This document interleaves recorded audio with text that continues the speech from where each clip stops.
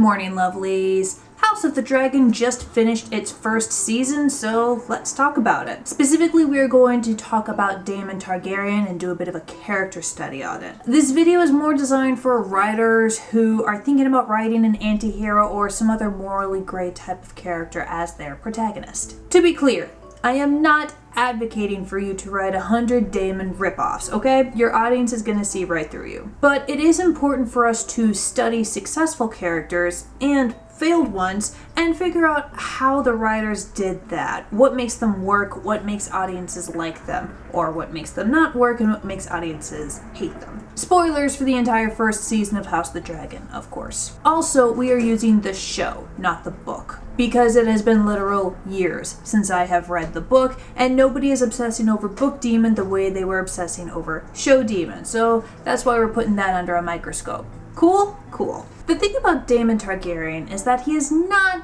strictly speaking, an anti-hero, despite the title of this video. That would imply that he is a protagonist, and there's not really such a thing in this show. Even if there were one, we can barely define what an anti-hero is. Strictly speaking, an anti-hero is a protagonist that does not have the typical traits that we associate with fictional heroes. And that definition is total BS because what defines a regular hero changes from culture to culture and time to time. Captain America, for instance, is the definition of what a standard hero is and thus what an anti-hero is typically defined against. When he was first created, he was the ideal soldier who always followed orders. In the most recent movies, however, he defies authority because he sees that it's corrupt. If you had put modern Steve Rogers in a 1940s comic, he would have been labeled an anti-hero at best, honestly probably a villain. Modern heroes tend to be, at the very least, moral. Whether they can fight or not, or whether they're smart or dumb, all of that is mostly decorative. What seems to define a typical modern hero is that they are a good person who tries to do the right thing in whatever situation they find themselves in. Daemon does have a moral code, but it's not in line with anything that we could allow today. Which brings up the point that one story's anti-hero is another story's villain, and a third story's run-of-the-mill protagonist. Context is everything, especially for an anti-hero. What makes anti-heroes so popular is that they go against the grain. They're different, and thus interesting. The literary world makes rules for what a hero is supposed to be in a story. The anti-hero breaks those rules while still making you root for them. At least until this guy runs into a little blood and cheese. But there are a lot of ways that the anti-hero can go wrong. I mean, we've all read books or seen movies that try to pull off the edgy anti-hero that either goes too far so we can't really, root for them because no, you're just an asshole or a full-blown villain. Or they're not edgy enough, so it's just this same old shit. Or they just don't have the charisma to pull it off. So what makes Daemon so captivated? How does he pull it off? Well, part of it is apparently the internet being sexually attracted to him. I'm too ace for this shit.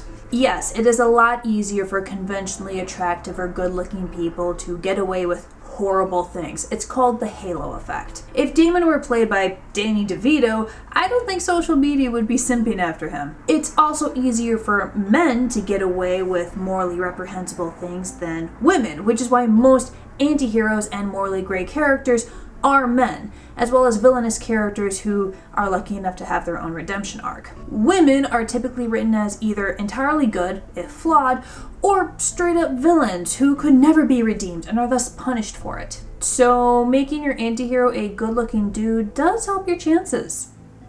Because sexism. But I'm not going to talk about that. Let's talk instead about writing these characters. Charisma is one of the big reasons why we love Daemon. Audiences can be drawn to any number of reprehensible people simply because of their personality, or their humor, or they're just really cool.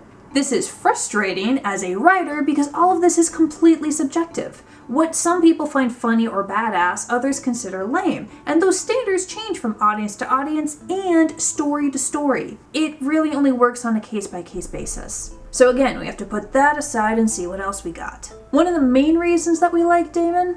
badassery and instigation. He does stuff. By and large, active characters are more interesting to modern audiences than passive ones. We want to watch people do things and get the ball rolling, rather than just reacting to what's happening around them. We like characters that are clearly motivated, that have a goal, however big or strong, and go for it. And that's what Daemon does. Every time he steps onto the scene, you know shit's about to go down. In episodes 2 and 3, he instigates, responds to, and or finishes 2 major conflicts, and you'll recall that that's when audiences really fell for him. And he does it all in flashy, cinematic, badass way, going against an entire army by himself, and almost getting himself killed before the cavalry arrived. He did that entirely for pettiness, which is just so ridiculous and over the top that you can't help but be fascinated by it. Of course, that only works because he pretended to surrender, which is a war crime.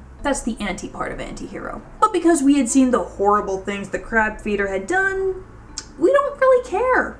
Yeah, Daemon killed a bunch of soldiers under false pretenses, but the crab feeder did way worse. We'll talk about such foiling and comparisons later. Of course, Daemon also does plenty of horrible things, like bash his first wife Scullin with a rock, and yet nobody cares. That was forgotten almost as soon as the episode aired. Part of that is because the story is narrated in a way that puts Daemon front and center, along with Rhaenyra, Viserys, and Alicent. Even though Alicent does eventually fall down the villainous rabbit hole, we all sympathize with her origins, and many people even deny that she's a villain at all, because who is telling the story matters a lot. By the time we meet Rhea, we've already gotten to know and fall for Daemon, and she's only in the story for 2 minutes. If she had gotten half as much screen time as him, or if we had even seen the murder rather than cutting off as he was approaching her with the rock, I'd be making a very different video right now.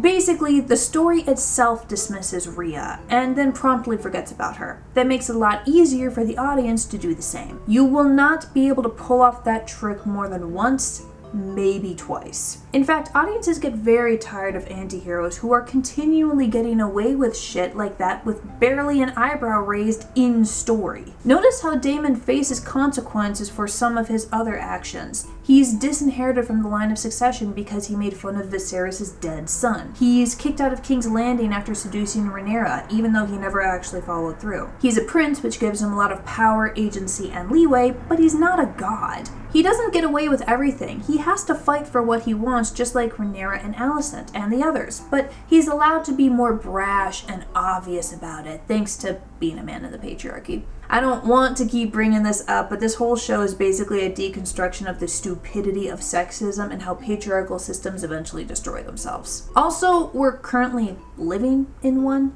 Even if it's not as bad as Westeros, women in media who are great fighters, swear like sailors, and act like little shits just for fun aren't giving nearly as much love as we've given Daemon. I hate it, and I try to fight against it when I write my own stories, but it is something to keep in mind for your own audience. Anyway, back to deconstructing Daemon. A common mistake that writers make when creating an anti-hero is that they spend so much time on the anti part, the edginess, that they kind of forget about the hero part. They're essentially just writing villainous protagonists, and that's fine, but those don't always work in the stories you're trying to tell. While a morally gray hero obviously does shady shit, the moral things they do are equally important, and one of the biggest reasons that audiences love them and support them. Daemon does have moral lines that he will not cross, and most of them have to do with Rhaenyra. We see this as early as episode 2, when he takes the first steps towards usurping her position as heir and taking the Iron Throne. But when she points out that, if you really want this,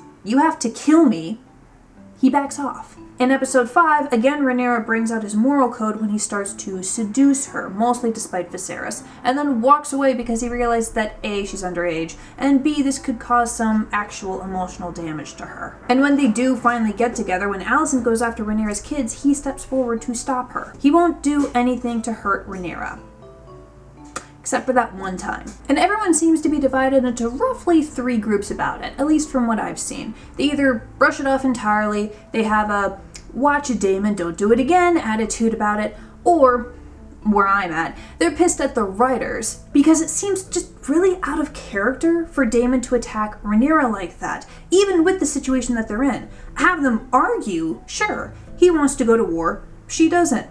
That's grounds for a yelling match and sleeping on the couch, absolutely. Assault? Even for him, that's a stretch. There is a line that anti-heroes cannot cross without completely losing their audience, and the writers are towing it with this last episode. From what I vaguely recall in the book, we might be crossing that line anyway with Daemon, but they've already changed a few things from the show, so we'll see. They've still got a lot of goodwill from us, because the most important thing that will get an audience to root for damn near anyone is emotional vulnerability. We need to see characters be human. We need to see them be vulnerable with people that they love and trust. And it's critical that we get these moments early. In Daemon's very first scene, for instance, he's sitting on the Iron Throne to show how brazen, irreverent, and ambitious he is. But then he gives Rhaenyra a meaningful gift that she wears for years, and then later mourns with and supports her during Aemma's funeral. After the time skip, we get to see him as a father. Not a perfect one, but a loving one. We see him as a husband who may not love Laena, but he still cares about her, and he's very clearly affected when she dies. There is a reason that we were all annoyed when HBO decided to cut the scene where he's comforting his daughters after Laena's death, because by that point in the show, we know that he's capable of it, and audiences crave that type of emotional vulnerability. They did kind of make up for it in episode 8 though, when he's helping Viserys up the throne. Those are the big ones, but there are smaller moments sprinkled throughout. He gets about 1 or 2 such moments every episode, with the notable exception of the one where he kills Rhea. It's almost impossible for audiences to connect with a character that does not show some level of emotional vulnerability, no matter how cool or complex they are. Daemon spends most of his time on screen being a badass and or a smartass, but the moments where he is vulnerable and tender speak volumes. Finally, contrasting them with worse characters.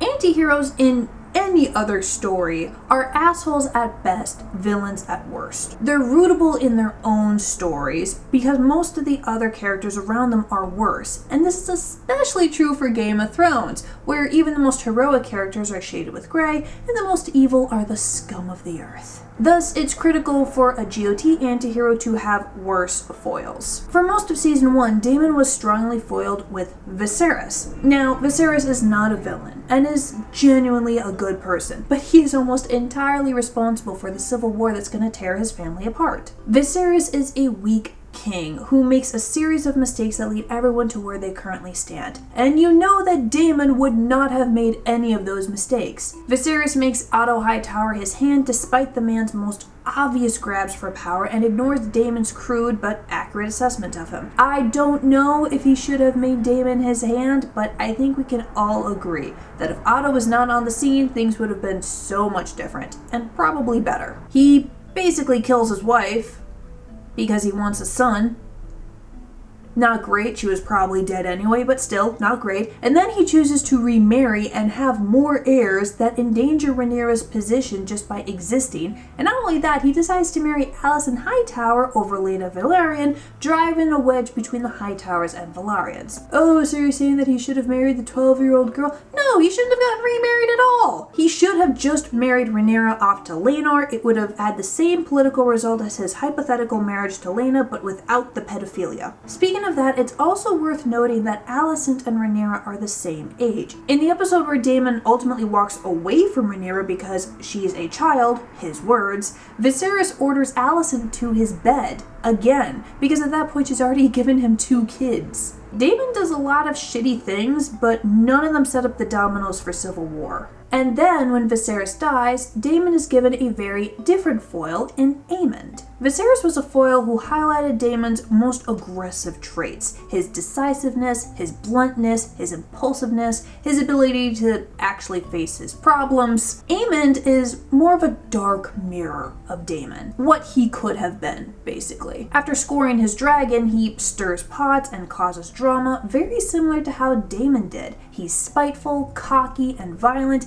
in ways that Daemon was, and in many ways still is. Hell, even their names are similar, just move the D. And it is very telling that we only get this version of Aemond after Daemon has matured and grown. By the time these two start going toe-to-toe, Daemon has become a dedicated husband and father. He's fought and killed in war, he's commanded troops and is ruling his lands. Sure, he's still a dramatic little shit, but he's toned it down in a way that Aemond has not yet learned how to do. Going back to our talk about emotional vulnerability, Aemond doesn't really get that. We see him deal with childhood bullying, which sucks and is unfortunately very relatable to many people, but that does not excuse all the things he does. The only time we get an emotionally vulnerable moment from Aemond after he is an adult is right after he fucks up and accidentally kills Luke. And even then, it's ambiguous. Is he mourning the death of his nephew? Is he scared of the dragon that he thought gave him power and now he realizes that he doesn't really control it? Or is he just realizing that, oops, I started a civil war?